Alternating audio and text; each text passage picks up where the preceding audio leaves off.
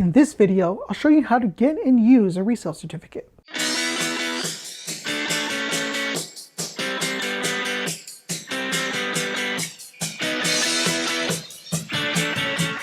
Hi, I'm Josh from the University of Verne's Small Business Development Center, and here at the SBDC, we provide small business owners with free one-on-one consulting and business tip videos just like this one. So if you're new here, consider subscribing to the channel. And check out our companion article with a link to download your very own resale certificate. Many people who are looking to start selling retail products will eventually come across this issue. That's why it is one of the most frequently asked questions that we get about licenses and permits. How do I get a resale certificate? So in this video, I'll go into what a resale certificate is and how it's different than a seller's permit, how to use it when purchasing products for resale, and how to fill it out. So what is a resale certificate?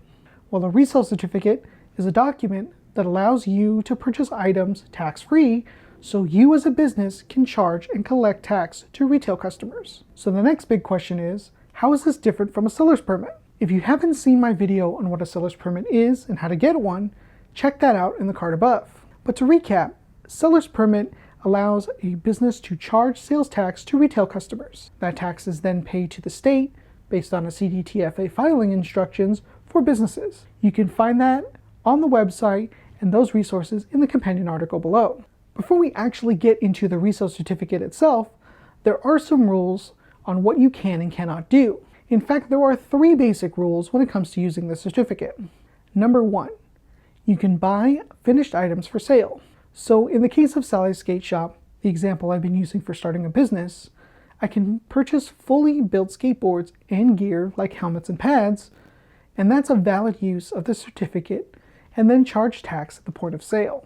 Number 2, you can buy materials that will eventually become a physical part of the item held for resale.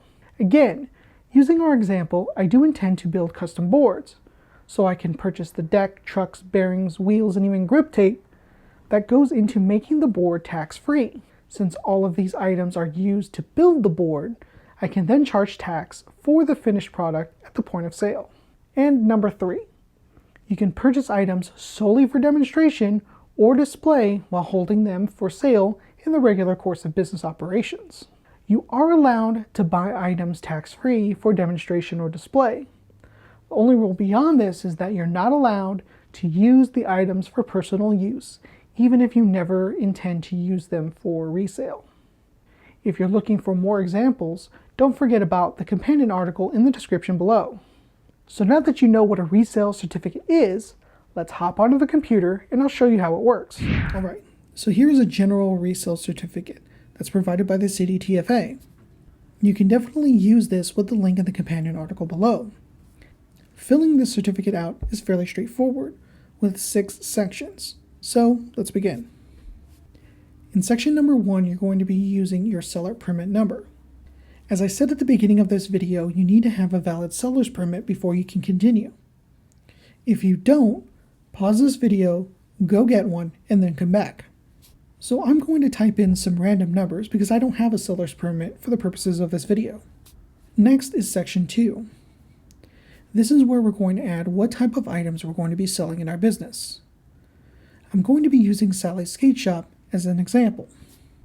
So at Sally's, we're going to be selling skateboards and skateboard parts. We're putting this in because we're going to be selling complete skateboards, but also skateboard parts so customers can purchase for replacing or upgrading their own setups.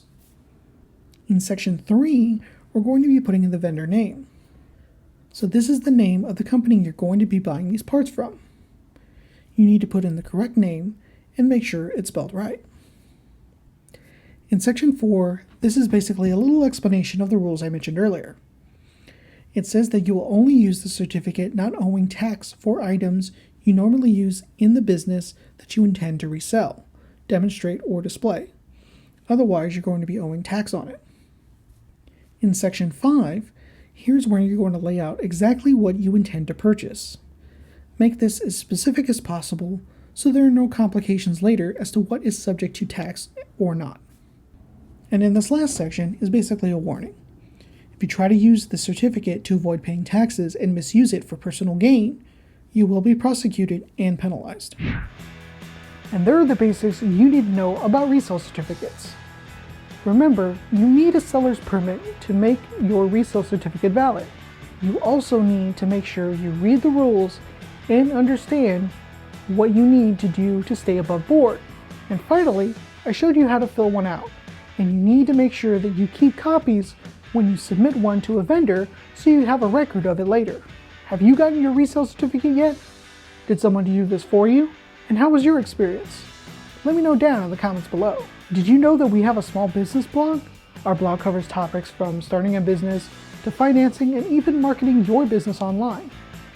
Check out our small business blog and subscribe with the link below. If you found this video helpful, leave us a like, share, and subscribe to the channel. And don't forget to ring the notification bell to get updates on all of our new content to grow your business. Thanks for watching, and I'll see you next time.